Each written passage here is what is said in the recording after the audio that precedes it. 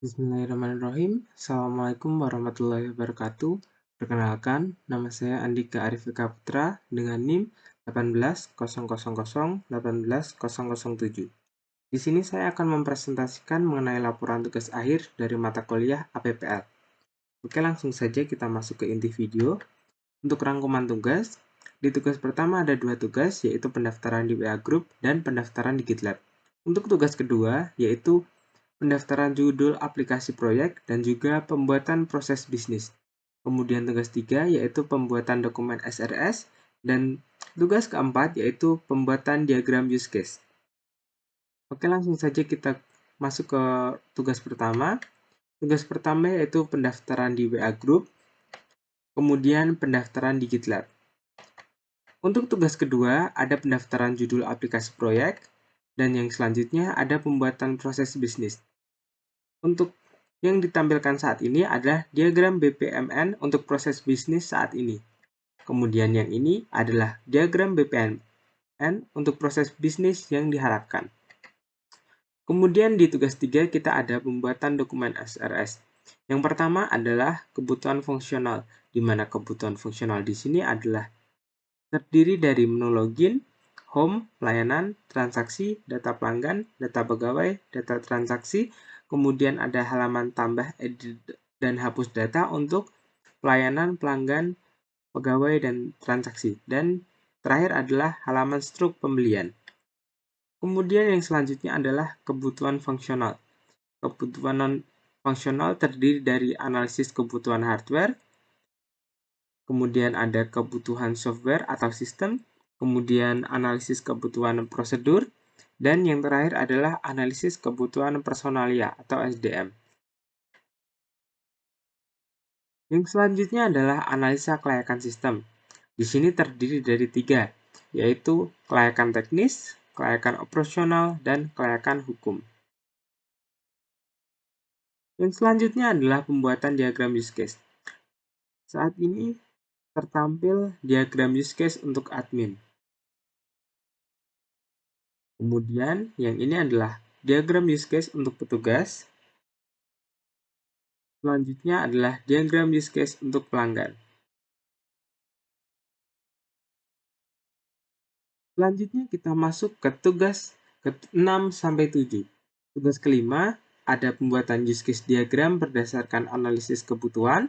Kemudian tugas 6 ada analisa use case. Kemudian tugas nomor 7 adalah diagram activity.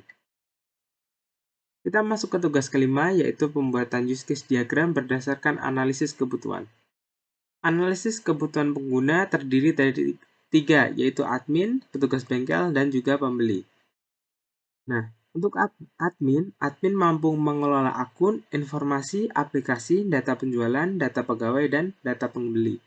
Untuk petugas bengkel, mampu mengelola barang, penjualan, dan memproses laporan barang. Sedangkan untuk pembeli, mampu melihat daftar barang dan mampu melakukan transaksi. Berikut adalah tabel skenario-nya. Untuk login, pertama pengguna masuk ke sistem, kemudian mengakses fungsional sistem. Prekondisinya adalah harus terhubung ke internet, dan post conditionnya adalah setelah login, fungsional sistem siap untuk digunakan. Nah, berikut adalah use case diagram dari analisis kebutuhan yang telah kita buat tadi.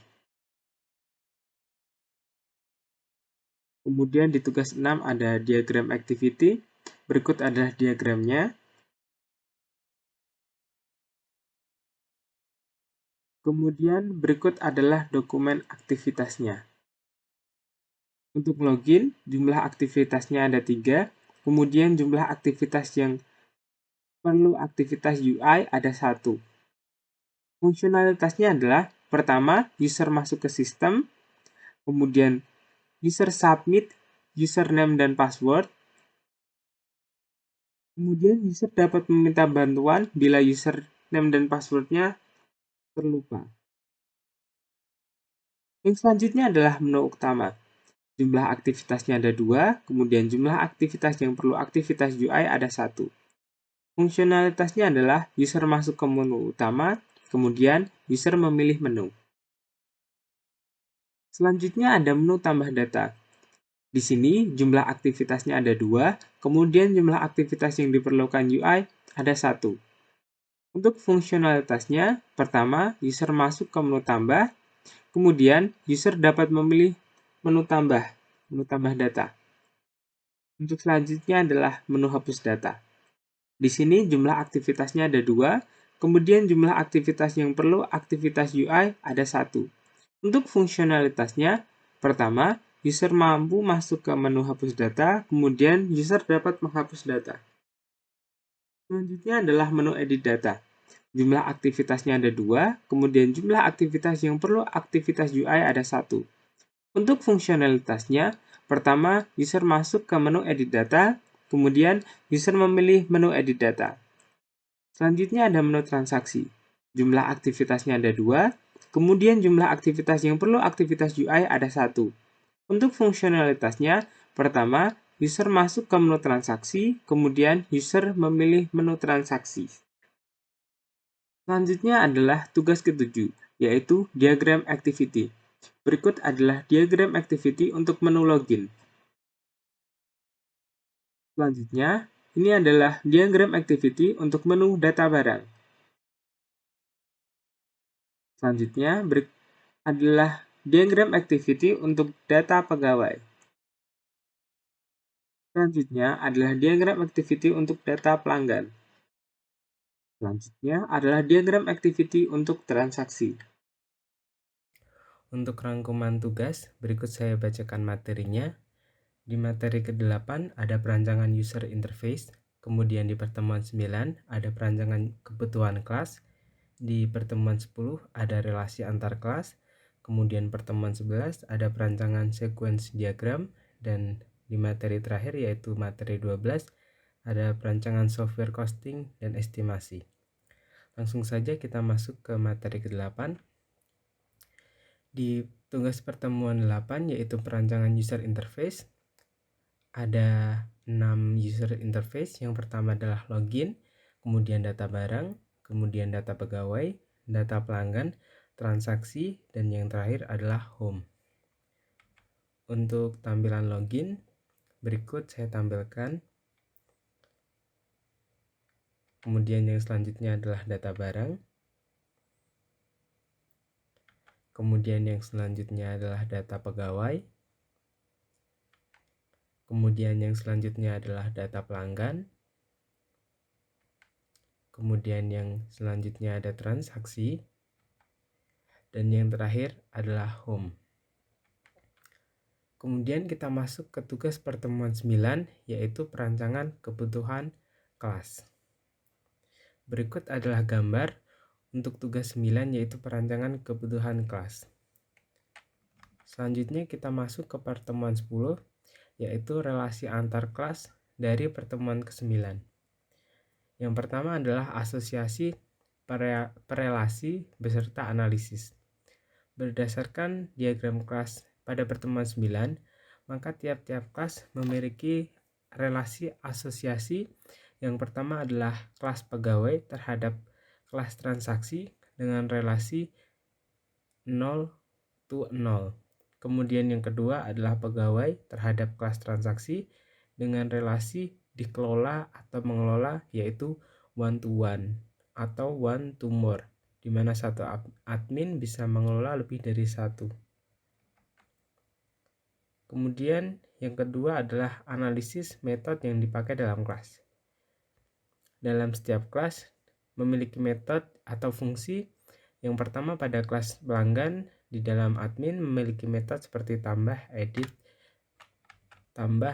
dan delete. Kemudian untuk kelas transaksi, admin memiliki metode yang sama, yaitu tambah, edit, dan delete. Kemudian pegawai memiliki metode yang sama, yaitu tambah, edit, dan delete. Kemudian untuk kelas invoice tidak memiliki metode. Kemudian alur dari diagram dan juga outputnya. Yang pertama, alur kelas diawali dengan pegawai dan pelanggan yang melakukan login. Kemudian sistem login, di dalam sistem login terdapat inputan yaitu username dan password. untuk admin, pegawai, atau pelanggan yang sudah terdaftar. Di dalam kelas ini terdapat metode validasi yang berguna untuk memvalidasi username dan password tadi.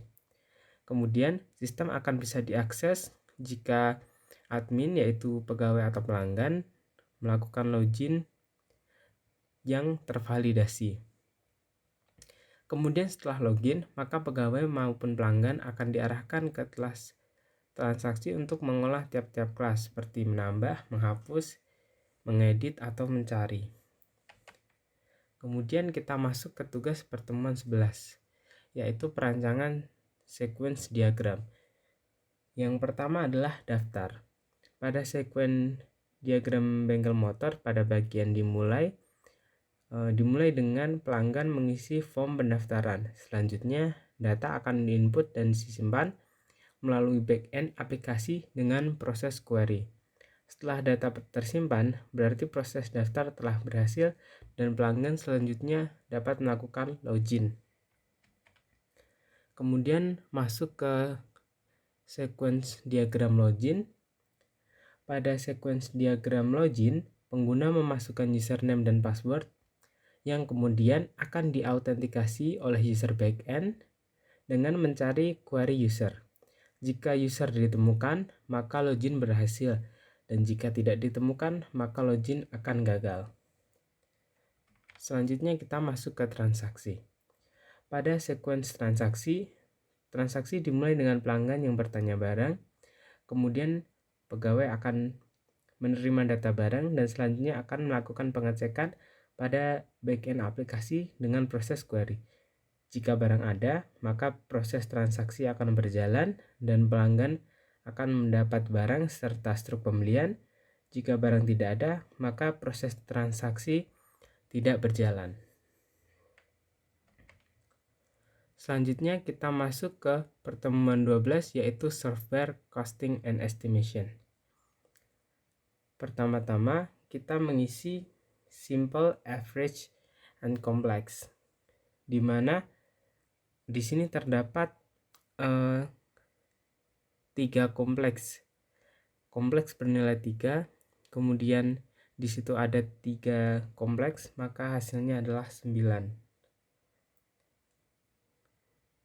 Kemudian kita memasukkan aktor. Di sini karena kompleks, kita masukkan ke kompleks ada 4, yaitu admin, pelanggan, dan ada 3, admin, pelanggan, dan petugas bengkel. Kemudian selanjutnya kita masuk ke mengkalkulasikan UUCP. Di sini karena di sini total average-nya 6, maka hasilnya adalah 60. Dan kita masukkan ke tabel di bawahnya. Kemudian kita masuk ke technical. Di sini kita masukkan nilai dari tiap-tiap kolom.